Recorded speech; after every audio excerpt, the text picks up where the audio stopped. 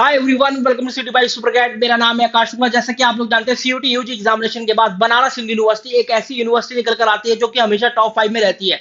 और अमूमन देखा जाता है कि टॉप 2 में पहली तो यूनिवर्सिटी ऑफ दिल्ली और फिर आती है बनारस हिंदू यूनिवर्सिटी। बच्चे हमेशा चूज करते हैं और कॉमर्स, ह्यूमैनिटीज और साइंस वाले स्टूडेंट का ये गढ़ भी माना जाता है। सबसे बड़ी एशिया की रेजिडेंशियल यूनिवर्सिटी मानी जाती है। 1300 एकड़ में इसका मेन कैंपस, तो उसका साउथ कैंपस 2700 एकड़ में फैला हुआ है। यहाँ पर आज हम बात करने वाले हैं इसकी रिजेक्शन पॉलिसीज क्या है। जो बनारस हिंदू यूनिवर्सिटी का ऑफिशियल डॉक्यूमेंट है उसके अंदर क्या क्या ऐसी बातें मेंशन है जो कि आपको पता होनी चाहिए, जिनकी वजह से स्टूडेंट का कैंडिडेचर रिजेक्ट हो जाता है एडमिशन प्रक्रिया के दौरान। देखिए, मैं यहाँ पर आपको बता दूं कि बनारस हिंदू यूनिवर्सिटी की admission policy, Banaras Hindu university का एडमिशन प्रोसेस, नए वाला एडमिशन प्रोसेस, क्योंकि आपको पता होना चाहिए बनारस हिंदू यूनिवर्सिटी का एडमिशन भी अब सीसीपी, कॉमन काउंसलिंग पोर्टल, इसके जरिए होने वाला है। सीसीपी में अब 5 यूनिवर्सिटी आ चुकी है: Mizoram university, Banaras Hindu university, Jawaharlal Nehru university, north eastern hill university और सेंट्रल यूनिवर्सिटी ऑफ कश्मीर, जहां तक मैं सही हूं। तो 5 यूनिवर्सिटी है जिनका एडमिशन प्रोसेस इस बार चेंज होगा। Banaras university is one of them. तो कॉमन काउंसलिंग पोर्टल के जरिए एडमिशन होगा। नया एडमिशन प्रोसीजर, नई एडमिशन पॉलिसी, बनारस यूनिवर्सिटी की कट ऑफ, सब कुछ इस चैनल पर उपलब्ध है, आप जाकर देख लीजिएगा। इस वीडियो में बात करेंगे रिजेक्शन पॉलिसीज, किन की वजह से स्टूडेंट का रिजेक्शन हो जाता है। मैं देखे 2022, 23, 24 तीनों सालों से देखता आ रहा हूं। जो भी बच्चों ने मुझे रिपोर्ट किया है उनके बेसिस पर जो भी मेरा एक्सपीरियंस हुआ है, मैंने यहाँ पर रिजेक्शन पॉलिसीज बना दी है। और बनारस यूनिवर्सिटी का ऑफिशियल डॉक्यूमेंट जहां पर वो बोलता है कि ऐसा नहीं होना चाहिए, अदरवाइज एडमिशन प्रोसेस रिजेक्ट।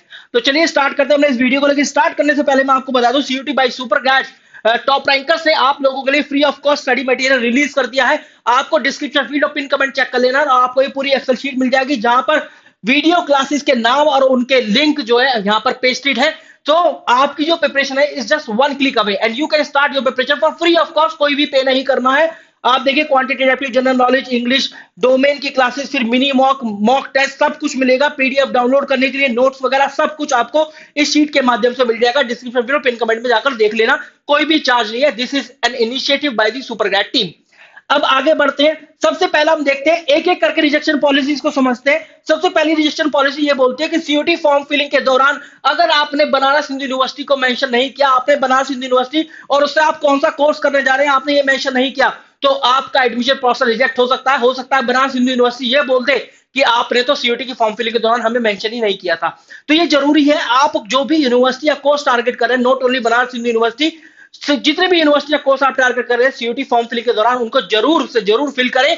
हालांकि जब एनटीए का ऑफिशियल डॉक्यूमेंट रिलीज होता है, सीयूटी यूजी का एडमिशन ब्रोशर रिलीज होता है, पूरा पूरा इन्फॉर्मेशन ब्रोशर बोलना पड़ेगा उसको, इन्फॉर्मेशन बुलेटिन, उसके अंदर ही मेंशन होता है कि ये कोई फर्क नहीं पड़ता कि अगर आप लोग कोई यूनिवर्सिटी, ऑर्गेनाइजेशन, इंस्टीट्यूशन या कोई संस्थान जो आप डालने से भूल गए हैं, कोई कोर्स डालने से भूल गए हैं, तो आप बाद में भी उसके एडमिशन प्रोसेस का हिस्सा बन जाते हैं। लेकिन बनारस हिंदू यूनिवर्सिटी उनमें से एक है जो कि बोलती है कि आपको जरूर से जरूर डालना है।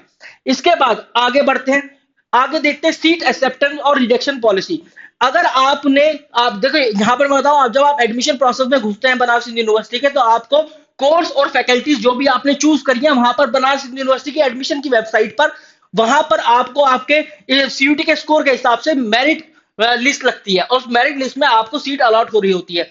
तो वहां पर एक ऑफर ऑफ एडमिशन आपको मिलता है। ऑफर ऑफ एडमिशन की अगर मैं बात करूं तो आपको इसको एक्सेप्ट करने की भी एक डेडलाइन दी जाती है। अगर आपने उस डेडलाइन के अंदर इस ऑफर ऑफ एडमिशन को एक्सेप्ट नहीं किया तो आपका एडमिशन प्रोसेस रिजेक्ट हो जाएगा और बनारस यूनिवर्सिटी का सफर वहीं खत्म। तो हर एक डेडलाइन को फॉलो करना जरूरी है।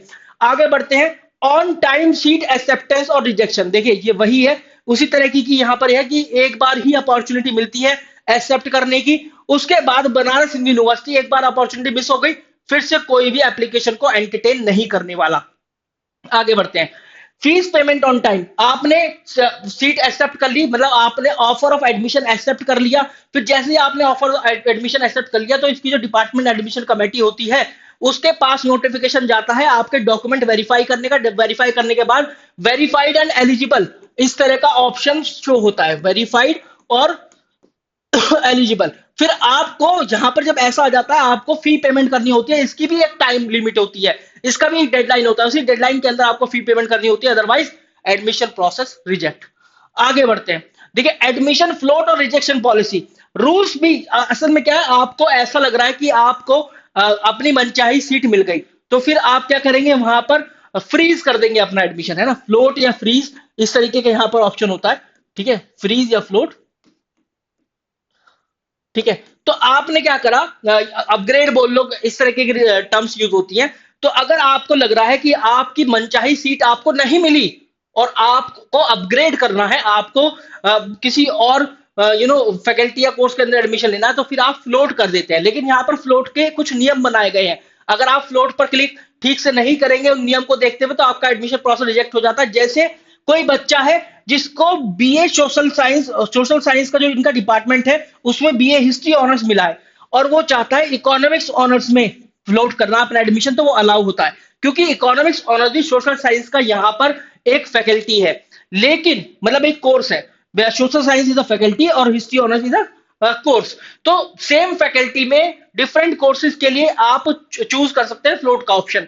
लेकिन जैसे BA social science history honours में मिला है और आप बीकॉम ऑनर्स मतलब आप फैकल्टी ऑफ कॉमर्स में स्विच कर रहे हैं फैकल्टी ऑफ सोशल साइंस से, तो ये पॉसिबल नहीं है। मतलब ये है कि डिफरेंट डिफरेंट फैकल्टी, ये डिफरेंट फैकल्टी, ये एक और दो ये फैकल्टी है, आप इससे यहां नहीं जा सकते, लेकिन एक फैकल्टी से पहली फैकल्टी में ही आ सकते हैं with for different different course. ठीक है, सेम फैकल्टी में ट्रांजिशन पॉसिबल है, डिफरेंट फैकल्टी में ट्रांजिशन पॉसिबल नहीं है। इसके अलावा age and marks rejection policy बहुत इंपॉर्टेंट है। अगर आप एक ऐसे कैंडिडेट है जिसकी उम्र 22 साल से ज्यादा की हो चुकी है, यहां पर आएगा एक नोटिफिकेशन की 1 जून 2025, जहां तक मुझे याद है 1 जून 2025 एक ऐसा नोटिफिकेशन आएगा। इस तारीख तक आपकी 22 साल तक एज नहीं होनी चाहिए, अगर हो गई तो फिर आप एलिजिबल नहीं हो पाएंगे। और एक और बात यहां बोलते हैं, for the unreserved category specially 50% aggregate marks होने चाहिए क्लास 12 के अंदर। और हाँ, फॉर एससी एसटी ओबीसी थोड़े से कम है, शायद 45 से 40% है, एक बार देख लीजिएगा। इसके बाद आगे बढ़ते हैं। परफॉर्मेंस बेस्ड रिजेक्शन पॉलिसी यहां पर इन्होंने बनाई है। अगर आप ऐसा है कुछ ऐसे प्रोग्राम जो कि परफॉर्मेंस बेस्ड होते हैं, जैसे बैचलर ऑफ परफॉर्मिंग आर्ट या बैचलर ऑफ फाइन आर्ट, अगर आप केवल सीयूटी एग्जाम में अपियर हो गए और आपने इन कोर्सेज के लिए अप्लाई कर दिया, तो आपका एडमिशन नहीं होगा। आपको सीयूटी एग्जाम में अपियर होना है, इन कोर्सेज के लिए अप्लाई करना है और इनके प्रैक्टिकल एग्जामिनेशन में भी अपियर होना है। तो जब भी आपकी मेरिट लगेगी तो सीयूटी एग्जाम से कुछ मार्क्स उठाए जाएंगे, प्रैक्टिकल एग्जाम से कुछ मार्क्स उठाए जाएंगे, और तब आपकी मेरिट लगेगी। क्योंकि ऑब्वियस सी बात है, tabla, flute, violin, sitar, dance वांस, ये सब कुछ परफॉर्म करवा कर देखा जाएगा ना, परफॉर्मिंग आर्ट से परफॉर्म करा कर देखा जाएगा, प्रैक्टिकल एग्जाम होगा, तब आपकी मेरिट लगेगी। इसके बाद अगर नहीं करते हो तो भाई ये माना जाएगा कि आपने आपने प्रैक्टिकल एग्जाम नहीं दिया, तो सीयूटी एग्जाम का स्कोर भी नहीं देखेगी यूनिवर्सिटी, मान लेगी कि आप सीयूटी एग्जाम में भी अपियर नहीं हुए। ठीक है, आगे बढ़ते हैं।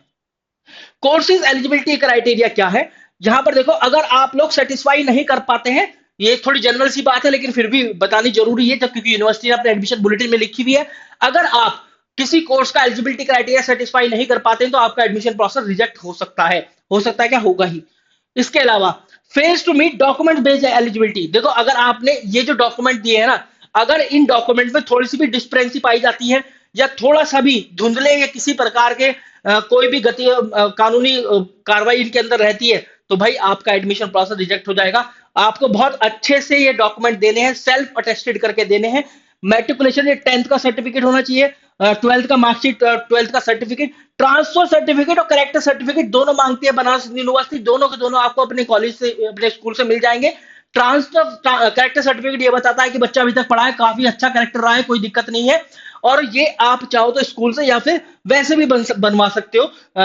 कोई भी मजिस्ट्रेट कुछ इस तरह का पोजीशन का होगा, कोई सभासद वगैरह होगा, या जो भी आपके वहां पर कोई देखता होगा, कोई अच्छी पोजीशन पर होगा, सभी आप बनवा सकते हो, जो भी आपके आसपास हो, तो आप वो से बनवा सकते हो। ट्रांसफर सर्टिफिकेट ये बताता है कि भाई हमारी संस्थान से इसकी पढ़ाई पूरी हो चुकी है बच्चे की, अब आप हम इसको अनुमति देते हैं हायर स्टडीज के लिए, तो अब आप अपने कॉलेज में इसका दाखिला ले लीजिए।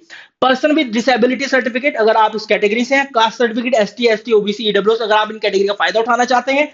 Certificate claiming for admission under sport Kota, अगर स्पोर्ट कोटा से तो उसका सर्टिफिकेट। इसके अलावा अपना रिसेंट का फोटोग्राफ कलर्ड में, वो उसकी स्कैन कॉपी, और अपना सिग्नेचर कलर्ड में ही उसकी स्कैन कॉपी, ये सारे डॉक्यूमेंट होने चाहिए। कोई भी किसी में भी थोड़ी डिस्प्रेंसी पाई जाएगी तो फिर भैया एडमिशन प्रोसेस रिजेक्ट।